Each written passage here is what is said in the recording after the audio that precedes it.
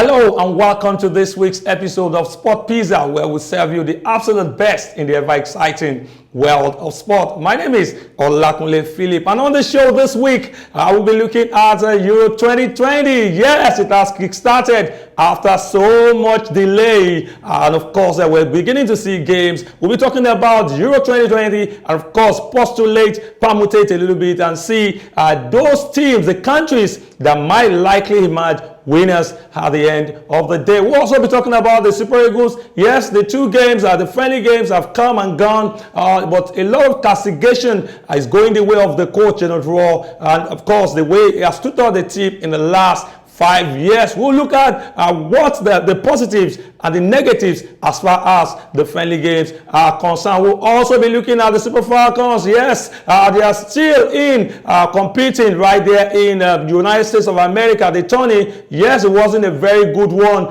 for the team, but of course, we'll look at the positives as far as the tournament is also concerned. We'll look at some transfer news, great news from Cameroon, and of course, Arsenal. We have one of the players from Cameroon, and of course, on the verge of signing for Arsenal Football Club, has his suspension, his ban relieved. We'll talk about that as well on the show. We'll also look at some transfer news, great and exciting. Paris St-Germain looks to be very busy, while Manchester United are also hoping to get a desired player, but whether this will see the light of the day, time will surely tell. But some people are saying when other teams, the club sides are busy on the transfer market, teams like Arsenal are watching, are probably looking at one or two players that might be surplus to requirement, and of course they will get them. Well, so much to talk about on the show this week. I want you to sit back, relax, and enjoy the very best of sport. Once again, my name is Olakunle Philip. We'll go on a short break, and when we come back, Stephen Abiodun will be joining me.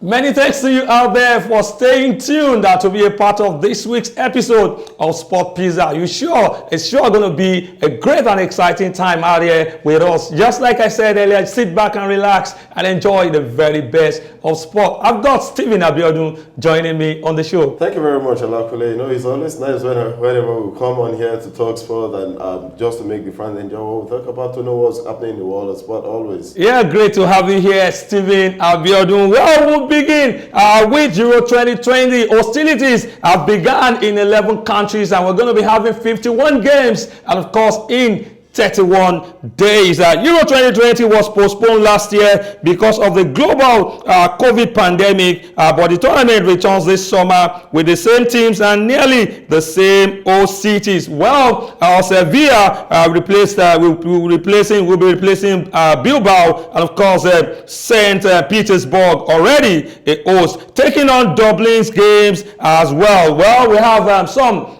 favorites who, for me, are actually they are the teams tagged to be possible winners of Euro 2020. The Euro 2020 is blessed. The countries in Europe are blessed with so many talented footballers, and I hope that one day African couple of nations will also have so many stars, making exploits in their various clubs in Europe, also making their various countries proud as far as the African Cup of Nations is concerned. Stephen Abiodun, we've seen some exciting games already. Very soon we're going to be getting to see boys being separated from the men. When games like this, tournament like this begins, you can see some of the teams can start on a very low pace, but of course, as the tournament progresses, they begin to really get their mettle. Well, let's look at some of the favorites as far as the tournament is concerned. We've got teams like the French Les Blues. We have Portugal as well. We have the Spanish national team, and we also have a team like Belgium. England are not also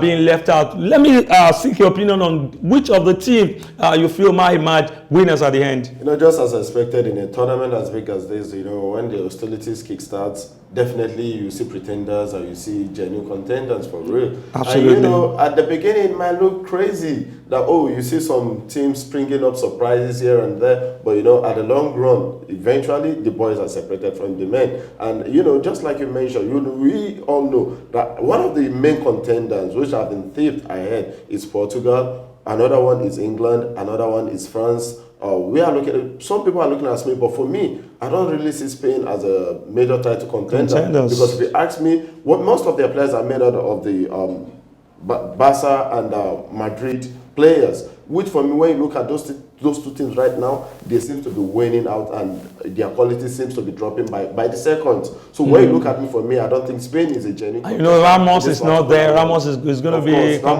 be missing. Yeah. So definitely the team is going to miss Ramos as a player. And when you also look at other teams, I think for me, when you ask me the major contender I see in this, I see France, because they have France has a very, very youthful team. And you know when they won the World Cup. Even when you check the attack of the French national team, we have Kylian Mbappe, Antoine Griezmann, Karim Benzema. These are top class strikers. And you know what Pogba have been saying recently? You have Pogba in the midfield. You also have N'Golo Kante. You know, Pogba said something remarkable. He said that this team is actually better and stronger than the team that won the World Cup. That coming from the midfielder that is a key player in the team. So he knows what he's talking about. And for me, I think I really agree with him on that. Because, you know, then when they won the World Cup, there's a bit of jittery in the team. But now you see that there's cohesiveness, there's togetherness in the team. And, you know, when all this comes together to play, you know, they seem to be a force that seems unstoppable for me. All right. Well, I want us to look at one particular country that so much, talk has been on them, the fact that they've not been able to win the European Championship, the English national team. So much talk about them, and up till now, they've not really, been able to cover themselves in glory, in the sense that they've not won a major title in I can't remember the last time an English national team won a major tournament. Well, Stephen, with the arrays of stars at their disposal, how far do you think they can go? There's something about the English national team that I've always known about its league, its team, and its players. It's about the hype they carry all the time. And for me, I think this hype seems to be killing the English national team. So much hype, but I've not been able to achieve anything. I mean, for a very long time, I think the last time they won a major trophy, maybe in the 90s or 1966. 66. Yeah. Imagine. That's a very, very long time for a team that is enjoying so much hype. And you understand, they have good crop of players. They have. But what do you think is their problem? Well, probably is it coaching? I think it's coaching. If you ask me, I think it's coaching. There's the English team, the English national team has always seen theirs as one of the best, but I think that is not really working for them. Probably I think it's time for them to change their policy, hire a foreign coach, and see how the foreign coach is going to do. When you look at their league, you see that most of the coach doing exploits. They've had a foreign coach. They've had a foreign coach in the past. I think Fabio Capello was their coach at some point in time, but still he couldn't win a major tournament. We wait to see how England will fare as far as Euro 2020 is concerned. Well, it sure promises to be fireworks, and we're very, very excited that in 31 days we're going to be witnessing great football spectacles from those countries, and it sure promises to be an exciting one. All right, let's switch attention to Andre Onana, who had his ban for a positive doping test cut to 9 months last week, and of course he can resume playing playing in November. The Court of Arbitration for Sport have actually listened to him, and they've decided that the ban should be cut down. I really have my reservations about the ban, because when you talk about the way things actually pan out as far as the ban is concerned, I think he's not really guilty, because he didn't know that the drug he took was a banned substance. Stephen, let me seek your opinion. Now he was banned for 12 months, and the Court of Arbitration for Sports last week came out to say to reduce the days, the months to 9 months. Good one for him. Good one for him, and a generous one for the Court of Arbitration for Sport. You mentioned something earlier that he didn't do it deliberately, but whatever it is, whether he did it deliberately or not, there's something. The law is the law. He took the wife's drugs. Yeah, I understand that. I think he was indisposed, and he just felt, look, this is just a normal drugs that anybody can take. It's just like saying in our country, we know that going against the traffic is a crime against the traffic law. Okay. No, because I don't know, I have to pass. But if you're going against the traffic and you have an emergency, come on, you'll be allowed. Not all times. If you have an emergency, are you driving an ambulance?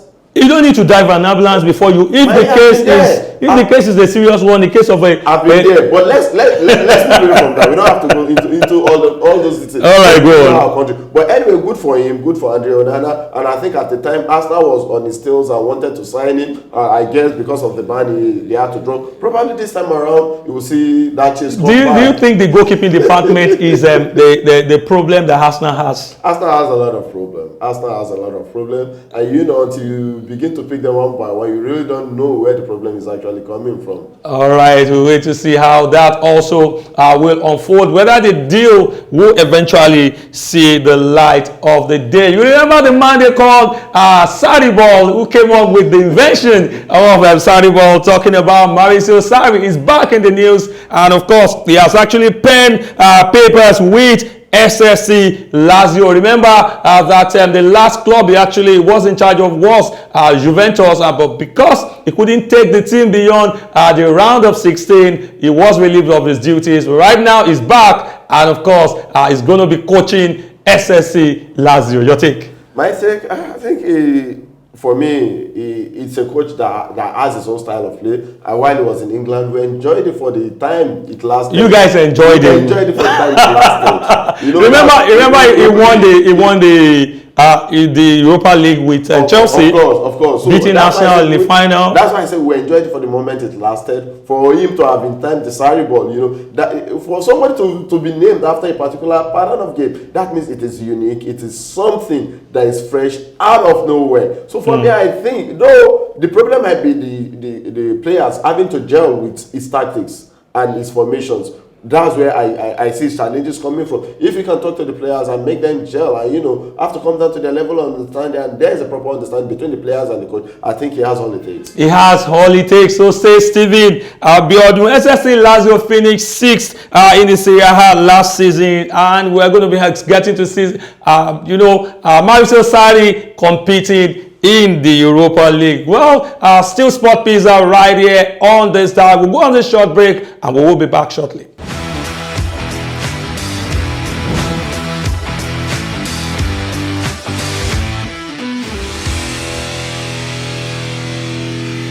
Welcome back. Just like the way we're talking about players getting transferred into another club, we're also seeing coaches also moving. For this season, I think this has been the biggest season for coaches, because we've seen coaches who did well, probably won the league, moving to another club, and it's really very exciting. Let's switch attention to Jadon Sancho. Manchester United have actually had their opening bid of £65 million for Jadon Sancho turned down by the Borussia Dortmund, who actually said they are not going to take anything lower than £77.5 million.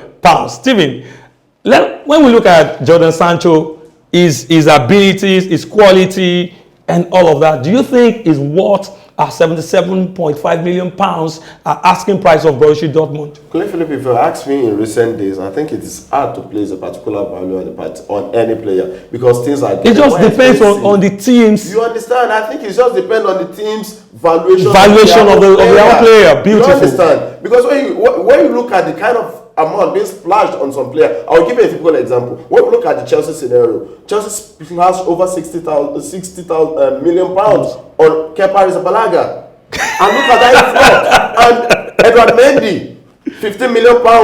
Look and at it's flourishing. It's perishing. So you can look at that. I think it is based on each club's evaluation of their own player and how much they think they want to make from it. And when you look at football these days, it has become a strictly business affair. Sometimes I ask myself, where is the passion for football? Where is that passion for the game anymore? I think in this present time, it is much more based on the money, much more than the passion. Where if what was it called? Dortmund has come out and said, this is the amount they want to pay, and Manchester United needs this player at all costs. Well, if they have the cash, they can splash it. I believe they are going to get a value for their money at the end of the day. No doubt, Jadon Sancho is a very, very good player, a versatile one. At that, he can play in the midfield, he can play up front, he can, he can play at the wing, wide. So he is a versatile player, and I think whatever amount Man U is splashing on him, they are going to get a value for their money at the end of the day. Yes, Jadon Sancho is a great player, and he will be a great addition to Manchester United if the deal eventually sees the light of the day. We'll be keeping tabs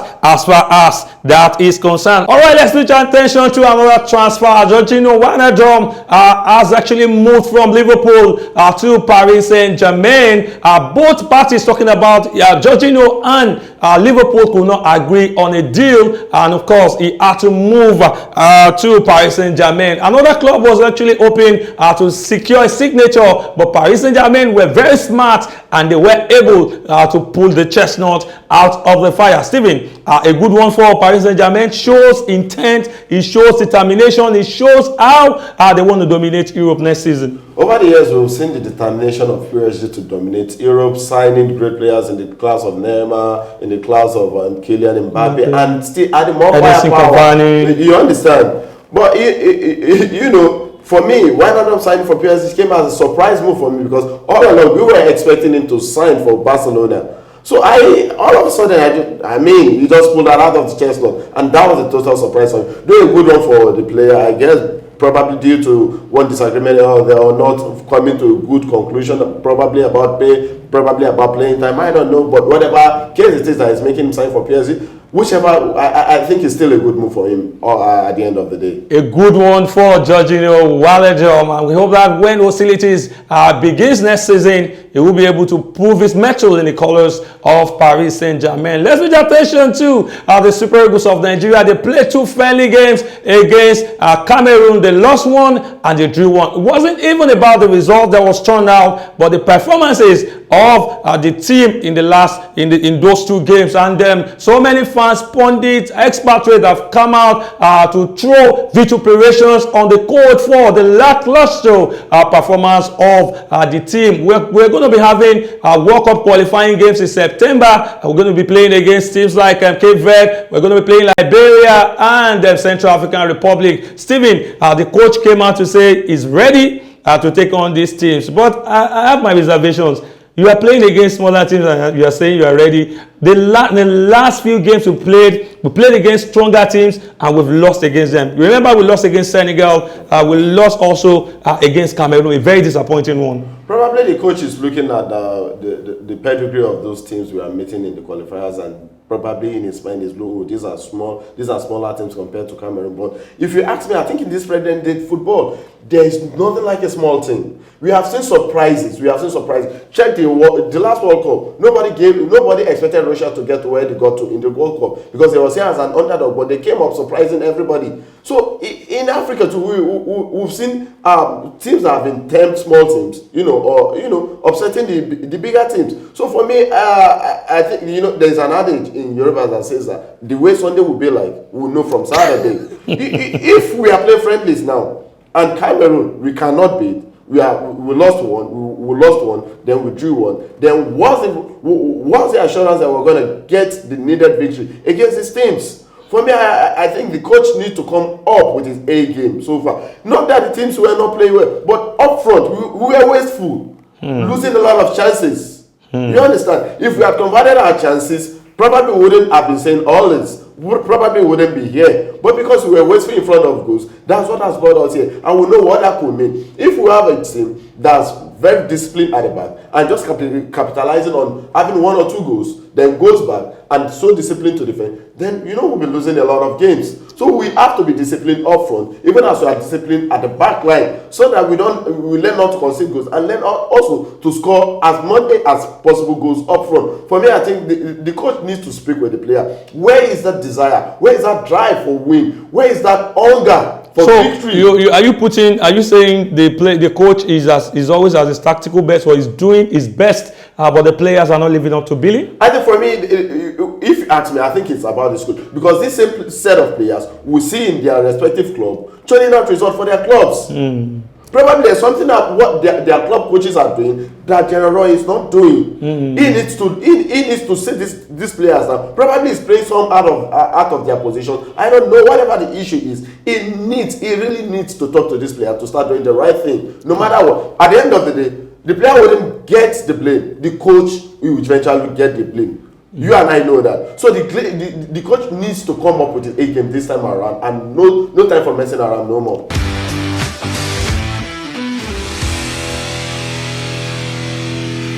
Well, with that, we've come to the end of this week's episode of Sport Pizza. Thank you very much for joining us, and for those who are actually sending us messages, keep the messages coming, and of course, one of the shows we should be able to read those messages. While you can also follow us up on those social media mechanisms appearing right on the screen. Stephen Abiodun, thank you very much once again. You're most welcome, Olakule. You know, it's been a nice time being here today. Well, thank you very much for joining us on this week's episode of Sport Pizza. I'm sure you did have a great time. As you can see, my strike partner, Bronson Onana, is conspicuously missing on the show. I had to put him on the bench, but he's actually complaining. He will be back next week. We'll be back to give you another bigger and a bumper edition of Sport Pizza. My name is Olakunle Philip, and I'm urging you to stay safe and bye for now.